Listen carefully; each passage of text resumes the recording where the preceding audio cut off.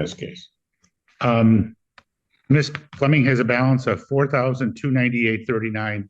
She indicates that she mailed the rental assistance form to the court on Wednesday. She mailed it on Wednesday? Yeah, I didn't know. I couldn't really hear you, but I thought you said mail it in, so I mailed it in. Well, it needs to Proof be at that the court by that I filled out an SIR with my tracking number and everything. I mean, an SER. I don't have it. So. Well, I sent it in. You know, I'll leave it up to the court what the court wants to do. I don't think her balance is $4,298.39. She's been on rapid rehousing with SOS paying their portion. She's never made a payment to my client. And I reached out, and from what she has said, so I reached out to SOS to see if they were going to be able to help her with the balance. What she indicated to Anyways, me. Can I talk? They're not going to be able to help. They're not going to be able to help with balance. Ma'am. Let him finish, and I will He's hear rude. I don't like. You want to know what? Rude. You don't try to overtalk me, because that will never happen. That's fine. Am I understood? Yes. You know what? I'm going to pass the matter. You go down, check your attitude, and then I'll call your case back up. Have a seat. Have a seat. Man, you about to piss me off. Come on. Keep back talking. You better take that out of here. Oh, don't give me that look. Lee, get her out of my courtroom. Get her out of my courtroom. Court to pass that matter. Court does call the case of YPF 16 LLC versus Nakia Turner. Your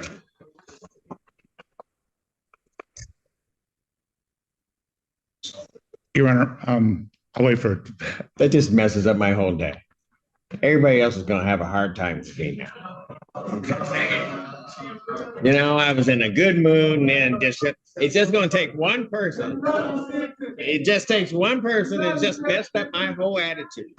You know?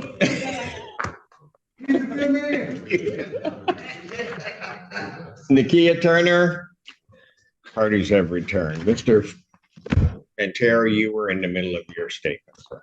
Yes, her current balance is $4,123.39.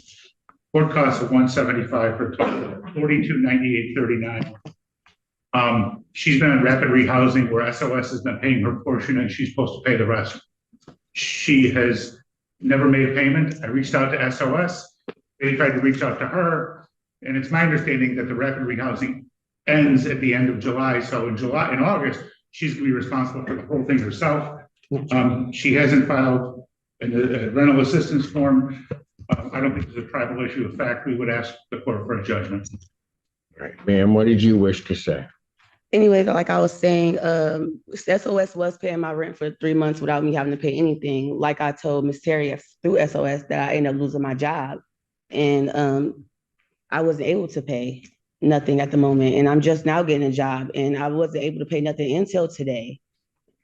But yeah, and I sent in my SER through the mail. I didn't know I had to come and actually bring it here. I don't have a car, so anytime I go anywhere, I have to get on a bus with my children. So I don't know if you're able to, if they bring the mail to y'all, but I definitely sent the SER to this courtroom with the judge with your name on it, Cedric Simpson.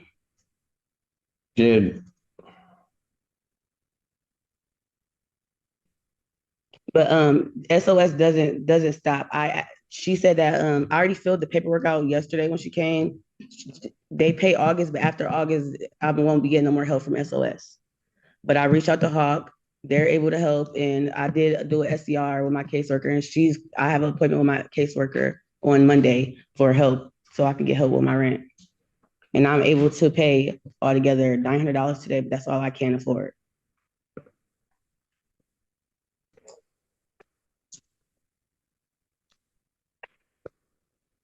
Well, if we get to August 1st, then August rent is going to kick in, which means you're not going to be. No, August rent is paid by her, by SOS. I'm going to let you finish because I'm not going to be interrupted again. I'm sorry. So what else did you want to say? That's all I had to say. That's what I said. It was already paid. August month is already paid. That's why she came over yesterday and I filled out the paperwork. So August month to be paid. After August, September, I won't be getting no help after August, is what I'm telling you. If SOS pays in August what they paid in July, it would be $650 on a $1,300 apartment, which would mean she'd be responsible for the other $650. That's not true. But even without, let's assume that for the sake of argument that SOS is going to pay the whole thing. She still has a $4,200 balance. And I don't think there's any way that's going to be paid. And she hasn't filed the form, even though, you know, the previous person heard you just fine last week when you said, we're getting here within 5 days. It wasn't here within 5 days. We'd ask for a judgment today. I did turn it in within 5 days. You said turn it in Wednesday, which I did turn it in Wednesday. And who is he to say that I won't have all of it paid? Like, you don't know that. I didn't know I can get as much help as I did until I reached out to all these companies. And I was unemployed for a while, which I just got a job. I just started working 3 weeks ago. So this is my first check. You have to wait 2 weeks in a hole to even get your first check. Your Honor, I'm willing to extend the judgment, normally be the 28th. If we were to extend the judgment to August 4th.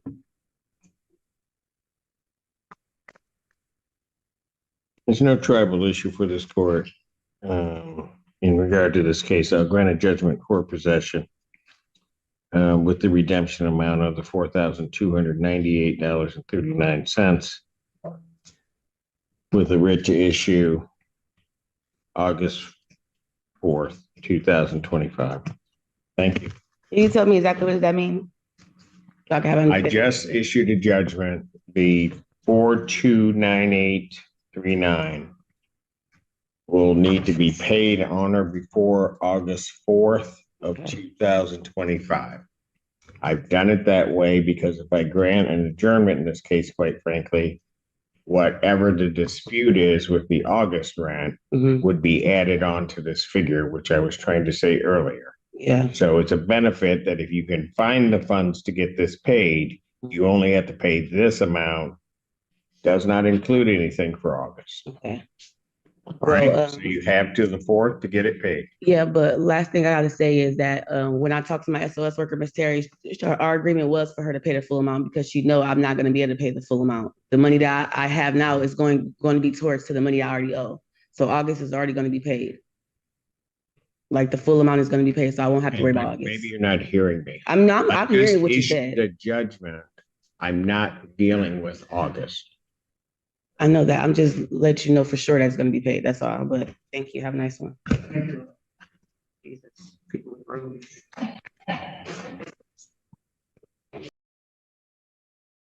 As we step back and look at everything that unfolded in this courtroom, this case highlights a powerful mix of financial strain, miscommunication, and courtroom expectations colliding under pressure. On one side, we have the property owner and representative arguing for a judgment based on unpaid rent, a balance over $4,000, and missing or late rental assistance forms. On the other side, we have the tenant facing job loss, transportation issues, childcare responsibilities, and delays in getting assistance confirmed. The stakes here were real: losing housing, owing thousands, and being responsible for rent moving forward without guaranteed support. The judge's reaction to courtroom behavior also played a major role. Early tension escalated when interruptions. An attitude shifted the judge's tone from patient to firm. In court, interruptions, even if unintentional, can change the direction of a hearing fast. The moment the tenant talked over the court and reacted emotionally, the judge paused the matter entirely, which sent a clear message.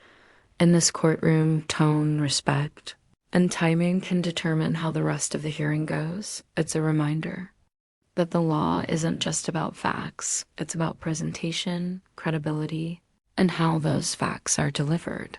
Financially, the numbers speak for themselves. The tenant owed $4,298.39. And while SOS had been contributing toward rent previously, the court focused on what was already due, not what might come in the future. Even though the tenant claimed that August would be covered in that assistance, had been requested, the judge separated that from the ruling. That's a key legal distinction. The judgment was not based on promises or future help. It was based on what was owed at that moment. So instead of delaying or adding more charges, the judge set a redemption date. Pay the $4,298.39 by August 4, 2025, and the tenant can redeem possession. Miss that deadline and the consequences escalate. That ruling is what keeps this from turning into a deeper financial spiral for now, but it also puts pressure on the tenant to move fast and secure. The funds thought another major takeaway here is how assistance programs factor in. Rapid rehousing and SOS contributions can help, but they don't erase balances already due. They don't unlock automatic protection, and they don't override court procedure. That's why confirmation letters, receipts, delivery proofs, and in-person follow-ups matter. Mailing a form isn't always enough. Courts need documentation in hand. Without that proof, the court is limited, and the request becomes a matter of belief versus evidence. Emotionally, this case was heavy. The tenant wasn't trying to avoid responsibility. They were overwhelmed. A job loss, public transportation, struggles, children to manage, and a system that moves slower than the crisis they're in. All of it collided right there in front of the judge. But courtroom stress isn't a defense, it's a factor. The big lesson here: financial hardship may explain the situation, but it doesn't erase legal obligations. So now I want to hear from you watching. Was the judge fair? Should the tenant have been granted more time? Should the mailed form have been enough to pause the judgment? Or was the court right to say that without proof and payment, the ruling had to move forward? Drop your thoughts in the comments because this one will divide opinions. And before we wrap up, here's the bottom line. The tenant owes $4,298.39. Court granted a redemption deadline of August 4th, 2025. Assistance may help moving forward, but it does not remove the current judgment. Attitude shifts can change courtroom. Outcomes instantly. If you found this case as shocking, frustrating, or eye-opening as we did, make sure to hit that like button. Share your thoughts in the comments, and don't forget to subscribe for more jaw-dropping courtroom breakdowns, legal analysis, and real cases just like this one.